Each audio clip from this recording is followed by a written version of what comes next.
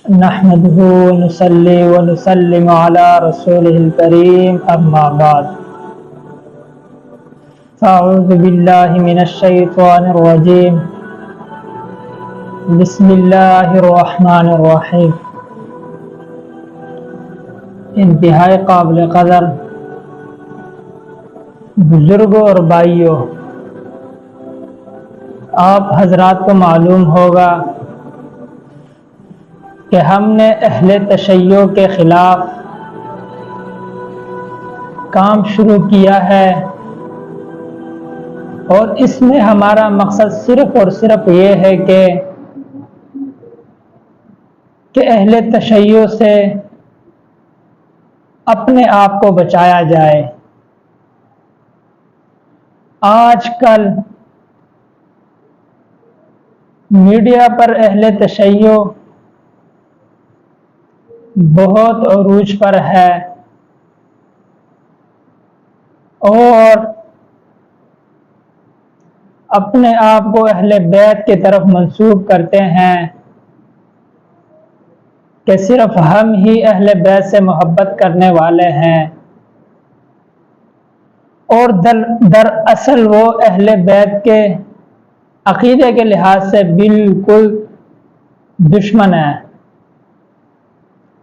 نہ تو ان کا اہل بیت والا عقیدہ ہے، بلکہ ان کے برخلاف ان کے عقیدے اپنے طرف سے انہوں نے اپنائے ہیں۔ آج میں آپ حضرات کے سامنے ان کے کچھ باطل عقائد پیش کرنا چاہوں گا۔ ان کے عقائد میں سے ایک عقیدہ آتا ہے کہ یہ احمق لوگ یہ کہتے ہیں کہ ان الحج الى قبور الائمۃ اہم من الحج الى کعبۃ الشریفہ، یعنی ائمہ کا حج کرنا، ائمہ کے قبور کا حج کرنا یہ بیت اللہ سے افضل ہے۔ قبور ائمہ کا حج کرنا بیت اللہ سے افضل ہے۔ معزز سامعین، یہ کس طرح کا غلط عقیدہ ہے، اور اوپر انہوں نے لیبل لگائے ہوا کہ ہم اہل بیت کو ماننے والے ہیں۔ بالکل اہل بیت کے خلاف ہیں یہ لوگ۔ اور ان کے باطل عقیدہ میں سے ایک یہ عقیدہ آتا ہے ان من زار قبر الحسین کمن زار اللہ فی عرشہ، کہ جس شخص نے حضرت حسین رضی اللہ تعالی عنہ کی قبر کی زیارت کی، گویا کہ اس شخص نے اللہ تعالیٰ کو عرش پہ دیکھا ہے۔ یہ بھی بالکل باطل عقیدہ ہے ان کا۔ اور نمبر 3 پر ان کا ایک عقیدہ آتا ہے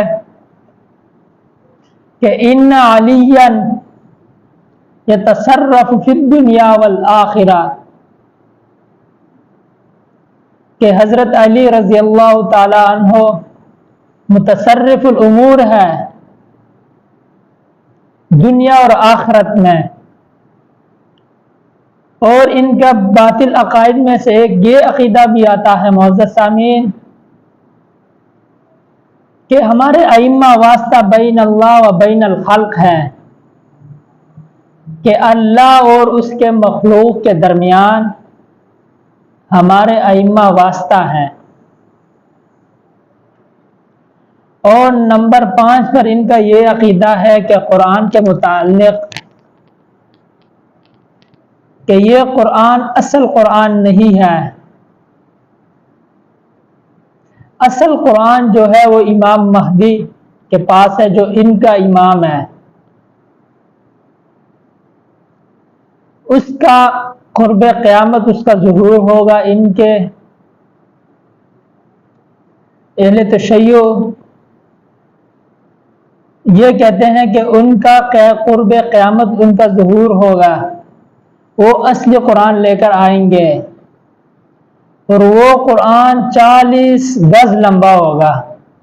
اب خود سوچیں معزز سامعین کہ یہ کس طرح کے یہ لوگ جھوٹ باندھ رہے ہیں، اور ان کے